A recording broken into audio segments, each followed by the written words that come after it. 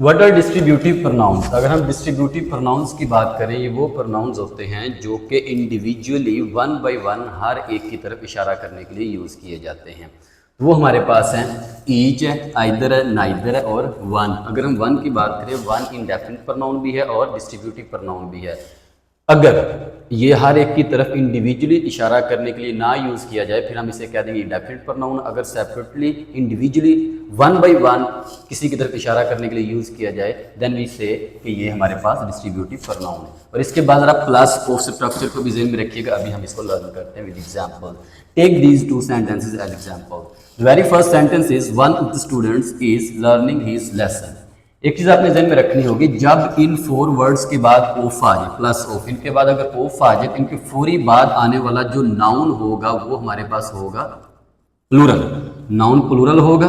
उसकी वजह क्या है कि हम ज्यादा में से सिलेक्शन कर रहे होते हैं। और उसके बाद बाकी आगे जितने भी कोई वर्ब आ जाए सिंगुलर, अगर वर्ब के बाद हमारे पास आगे कोई ना कोई पॉजेसिव केस आ जाए, यानी पॉजेसिव डिटर्मिनर आ जाए, तो वो भी हमारे पास सिंगुलर होगा। जरा इसको समझिएगा। वन ऑफ आया after one of the students is learning his lesson, यानी कि स्टूडेंट्स में से एक स्टूडेंट अपना लेसन लर्न कर रहा है। One of the most important MCQ है ये वाला, इवन हमारी राइटिंग में बहुत ज्यादा यूज होता है।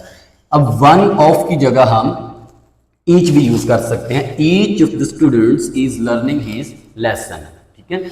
दूसरे पर जरा गौर कीजिए, इस पे 2 रूल हम लर्न करने की कोशिश करेंगे, आइदर या नाइदर। आइदर 2 के लिए यूज होता है, 2 के लिए, 2 में से 1 के लिए, हाँ करने के लिए। और नाइदर भी 2 के लिए यूज होता है, लेकिन उसका मतलब होता है इनकार करना, नेगेटिव मीनिंग में जाता है। आइदर ऑफ, इसके बाद ऑफ आ चुका, either of the two use करेंगे, 3 या 4 यूज नहीं कर सकते जब आइदर आ गया।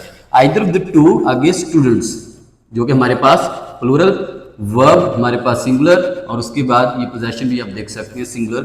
Either of the 2 students is learning his lesson, यानी कि 2 में से जो कोई एक, वो या वो कोई भी है, वो अपना लेसन लर्न कर रहा है। आइदर की जगह मैं नाइदर भी कह सकता हूँ, neither of the 2 students is learning his lesson. The rule will remain same.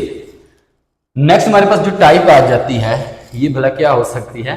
Reciprocal pronoun. ऐसा नहीं है, इसकी प्रोनाउंसिएशन रेसिप्रोकल नहीं, इसकी जो प्रोनाउंसिएशन है वह रेसिप्रिकल प्रोनाउन। रेसिप्रिकल इधर मैं उर्दू में लिख देता हूँ सो दैट आपको समझने में जरा इसकी आसानी हो। रिसिप्रिकल,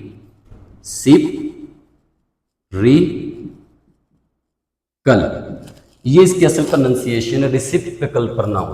ये 2 है हमारे पास, each other and one another. अब इसका क्या रोल होता है? इन दोनों का रोल ये होता है कि जब 2 या 2 से ज्यादा ग्रुप्स या पीपल एक दूसरे के लिए कोई एक्शन परफॉर्म कर रहे होते, एक दूसरे की तरफ परफॉर्म कर रहे होते, उसके लिए हम रेसिप्रिकल प्रोनाउंस का यूज कर देते हैं, जिसमें ईच अदर और वन अनदर। ईच अदर को इकट्ठा नहीं लिखना, इसको सेपरेट लिखने की कोशिश करनी है, सेम ऐसे वन अनदर। अब जरा गौर करते हैं, ईच अदर जो हमारी ब्रिटिश इंग्लिश जो पहले चलती आ रही है, उसमें यह था कि ईच अदर 2 के लिए यूज करते हैं और वन अनदर 2 से ज्यादा के लिए यूज करते हैं। बट आप मॉडर्न इंग्लिश में आप ईच अदर या वन अनदर जहां मर्जी चाहे यूज कर सकते हैं, लेकिन फिर भी हमने अपनी राइटिंग के अंदर अपने एग्जाम्स के पॉइंट ऑफ व्यू से रूल को एग्जैक्ट ज़हन में रखना होगा। ईच अदर 2 के लिए और वन अनदर ज्यादा के लिए। एग्जाम्पल्स पे गौर करते हैं। The 2 students helped each other. अब ये देखिएगा जरा, 2 आ चुके, तो मैंने यहां आके ईच अदर यूज कर दिया। अब एक्शन देखिएगा जरा, हेल्प ईच अदर, यानी कि दोनों ने एक दूसरे की हेल्प की, यानी कि एक्शन दोनों की तरफ जो है वो डन किया गया। अब इसके बाद all students help one another. अब यहाँ पर ऑल हमारे पास 2 नहीं है बल्कि ज्यादा है।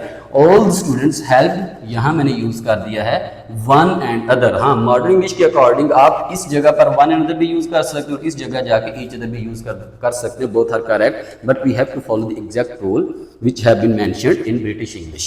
Thank you.